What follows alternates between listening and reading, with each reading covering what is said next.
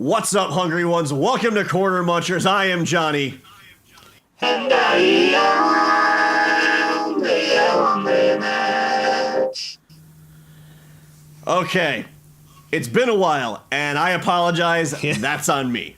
The time between Thanksgiving and Christmas is just one big ball of perpetual motion for me, and a lot of times it was just one video per week. Do hope you guys enjoyed everything that we put out. My live reaction to the Mega Man 11 trailer, which I am anxiously awaiting. Yeah. And that's going to give way to new Let's Play series instead of the Mega Maker Mondays, because as Mitch pointed out fucking perfectly last night, it's Happy Wheels for Mega Man. Yeah. You gotta weed through a lot of just crazy stuff until you actually find the stuff that's worth playing. So, to unleash upon you the Mega C, which is I'm going to be playing start to finish Mega Man's 1 through 10 and leading up to the release of 11, which of course we're going to play on the channel. Oh, yeah, dude. Fuck yeah, dude.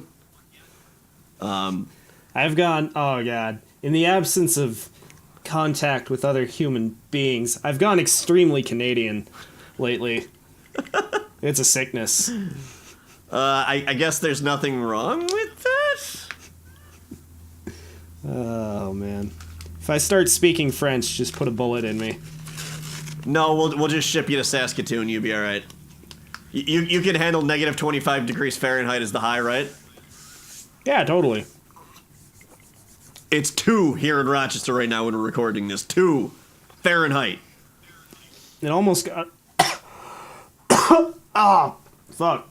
I almost got up to 60 today here. We're basically having a heat wave. It sucks. I hate it. Yeah, because as you were saying, it's like, I'm happy it's warm, but I'd like to take showers during the summer. Yeah. The snowpack has not been good.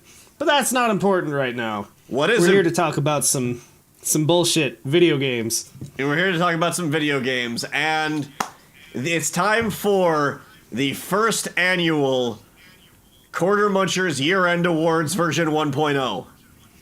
Yeah. V1. So, we've hand-selected categories, and instead of just narrowing it down to one, Mitch has his top 3 picks for each category, and I have my top 3 picks for each category. Yeah. We're gonna go. These are actually. This is all glory to the Mitchitoad on this one. Yeah, it was kind of my idea. Completely his idea. I'll fucking give every ounce of credit to this. Oh, thanks. Yeah, pretty much my one. If you've ever listened to the Giant Bomb Goatee deliberations, that's way too much work for us to argue about Game of the Year, just the two of us, for like 9 hours before we decide on a category. So figured we can kind of mix it into like what a lot of YouTubers do, which is just, their top 10 of the year, and kind of create a synthesis of these two things and spin them together into a beautiful whole. I'm lazy. I'm also loving the whole like Scott Weiland hippie dance thing you're doing with your hands that whole time. Long live Scott Weiland. It's like Tai Chi or something. Yeah, basically. Feng Shui, yeah. Sweet and sour, Anyway. Moving on before this gets utterly racist. Alright, so we're going to start at the bottom, work our way up to Game of the Year. Obviously, is going to be the culmination of this episode. Yeah. The first category up for bid is the most immersive world. Mitch, why don't you start this one off? So, one other thing I guess I should intro before we get right into the awards. I came up with the categories because if we're not doing like sort of a traditional like best RPG, best action game, best crafting game, best stealth game, because all 4 of those would be the same game nowadays. Like every action game has RPG elements, a stealth system, and crafting. It's crazy how that's happened too. Yeah. Even like Metal Gear, which should just be a stealth game, and it would also fall under like best shooter. Like all games are the same video game now. So there's a little bit of that, and so many outlets already do, best RPG, best racing game, whatever. And I wanted to do something a little different with our categories and be a little more Oscar-like, I guess. Rather than best shooter, best action, whatever. I didn't want to exclude games from a category just for being a certain type of game. I wanted categories to be open to pretty much everything and have more of a feelings-based place that they come from rather than just a game mechanics place that they come from. If that makes sense. No, that makes absolute perfect sense. I love the idea when you fucking pitched it to me. It was great. Hooray! Mitch, so anyway, and before getting that preface out of the way, let's get to the face. Yeah, let's get to the face. So we are starting with the most immersive world. Yes. Mitch, why don't you pitch this one? So basically, the idea for the most immersive world category was the game I would really like. The game that, or games in this case, since we've got a top 3, that I could play just to run around the game and look at stuff.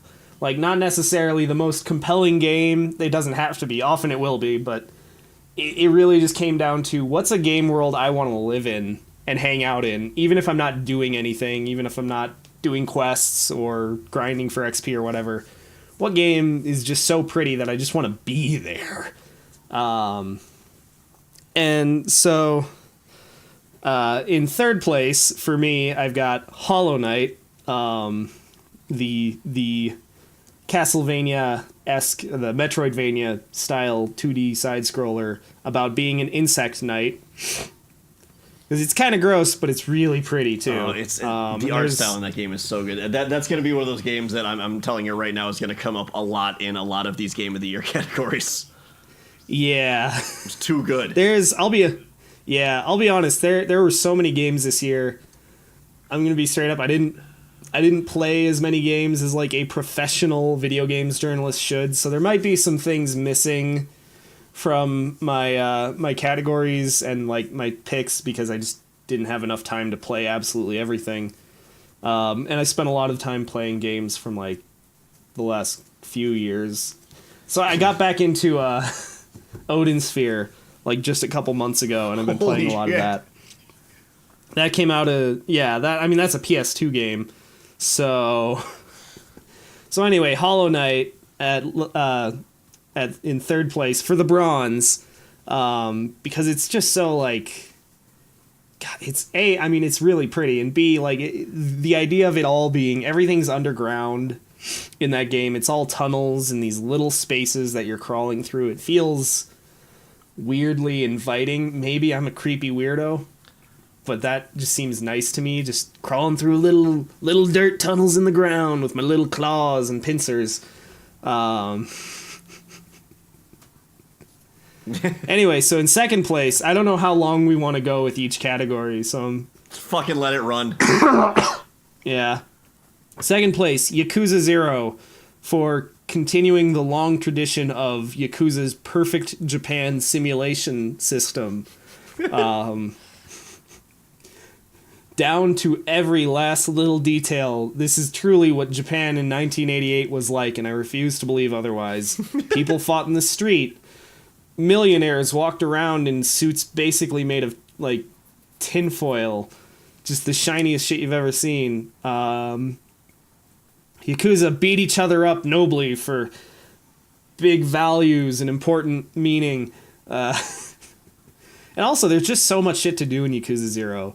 Like, even beyond side quests and, leveling and all that stuff. I mean, there's so many mini games. It's such a cool world to live in because, like, there's not a lot of video games, where you can do so much stuff and A, it all works well, and B, it's all just so fun. You can go bowling. You can go to the batting cages. You can sing karaoke, which is the best part of the game. Oh, yeah, absolutely. Totally.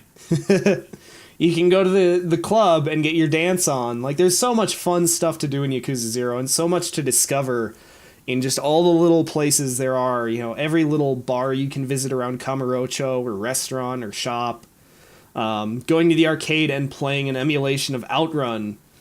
The level of detail in Yakuza Zero's Kamurocho and its Sotenbori is just outstanding. It's just a beautiful place to run around in. I just love all the Sega Easter eggs that they always toss into all the Yakuza games. Oh yeah, there's so much Sega stuff to find too. There's an achievement for beating Sega in the game. Because occasionally, very rarely, it'll spawn an enemy named Sega something. And if you beat him up, you get an achievable. Outstanding. Oh, the sense of humor. But, so yeah, Yakuza 0 for silver, and the gold, the number one for my most immersive world, to probably no one's surprise, Breath of the Wild, Legend of Zelda. God damn it. Legend of Zelda Breath of the Wild. Yeah, there's no other game this year that could have been. Yeah, I mean, goddamn. That game, there's so much, it doesn't have the variety that Yakuza does, but the world is just so big and detailed and not full of glitches. Todd Howard, hashtag Skyrim for fucking PS5. Yep. Oh, but yeah, Breath of the Wild, fucking, I mean, there's just, like, everything's gorgeous. Everywhere you go, it's fucking beautiful. The art style, the aesthetic of the game is really consistent and gorgeous. And they just made so many environments. And it's not like, just shit on a page and it's fine environment. Like, they really crafted some beautiful stuff. Like some of the giant Leviathan skeletons that you can find just out in the world. Like in the desert and behind Death Mountain, I think there's one. Like, stuff like that. And there's still a lot of hidden stuff. It's like Yakuza. There's hidden shrines. There's Korok seeds. There's just, random monsters for you to fight out in places. There's little puzzles and fun stuff to find all over the world. Classic Zelda characters like Beetle coming back to scream at you. That fucking guy. Oh, man. You can ride a bear. There's only, like, one other game that came out recently where you can ride a bear, and it's fucking Metal Gear. And that was, like, 2 years ago. You can jump off cliffs and land on horses. Yeah, and like that's the other thing is it's just such a dumb, fun physics like playground. Even if you find you're crazy and you find all the Korok seeds and the shrines and all the other stuff and you do everything, you can always just fuck around with like the balloons and the wind leaves and find new interesting ways to kill goblins. All the mountains you can climb. Like, that's the other thing. No restrictions. You can climb every mountain. You can swim across all kinds of bodies of water if you want. The fact that you can, like, there was this thing people talked about when Dark Souls came out about how it was a game where if you could see a place, you could go to it. And people thought that was so rad. Fucking Dark Souls isn't really like that at all, but it was a concept people talked about when the game was new. Breath of the Wild is really like that. It is the game where if you can see it, you can go there, and you don't have to glitch a horse up the side of a mountain to do it. You can just fucking climb it. Oh, yeah. Yeah. So, yeah, I think more than any other game that came out this year, I spent a lot of time exploring Breath of the Wild's Hyrule for no reason other than just to see it. Mm-hmm. Like, no, like, running around collecting shrines. I mean, obviously I did that stuff, but a lot of it was just, what's over here? I haven't been to this spot yet. There's this little bit of the map that I don't remember checking out. Let's see what's down there. And it's a fucking treasure trove. Oh. Johnny, what's your top three? Top three for most immersive world. My bronze medal is also Hollow Knight. Yeah. I remember Mitch actually was the one that gifted me that on my birthday this year, and I remember I turned it on, I started the game up, and 12 hours just magically disappeared. Damn. Just gone. Nice. And a lot of it was just me exploring just the way the art style is, the way the animation works, and where it's like dark cave, all of a sudden you're at one of the shrines and it's just this gorgeous like crystal cave is so incredible to look at and so well drawn and so well animated that I felt like it felt like it was sucking me into it, which obviously that's, immersion. Excuse me. Yeah. Yeah, I did the same thing with that game where I would play like 6 hours in a day, no problem. And you just it felt like it was nothing. It was like, wow, I just played for a half hour. What the fuck do you mean it's midnight? Yeah. What do you mean I have to work the next? No job, me bug. Man. I swat things. Yeah. I had a really hard time now with between 1 and 2 because it's for me it was a huge toss up. In number 2 is Resident Evil 7. Oh, interesting.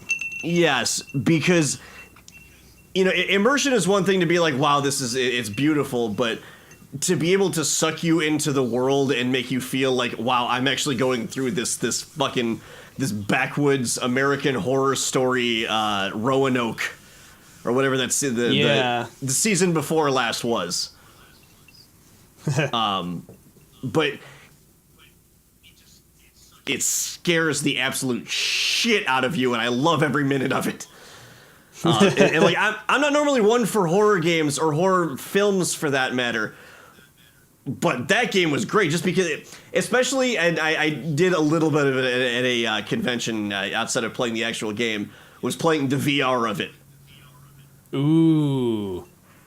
Fuck. Every Let's Player you watch be scared shitless of that is that they're not faking that. That wasn't because they wanted, ad revenue.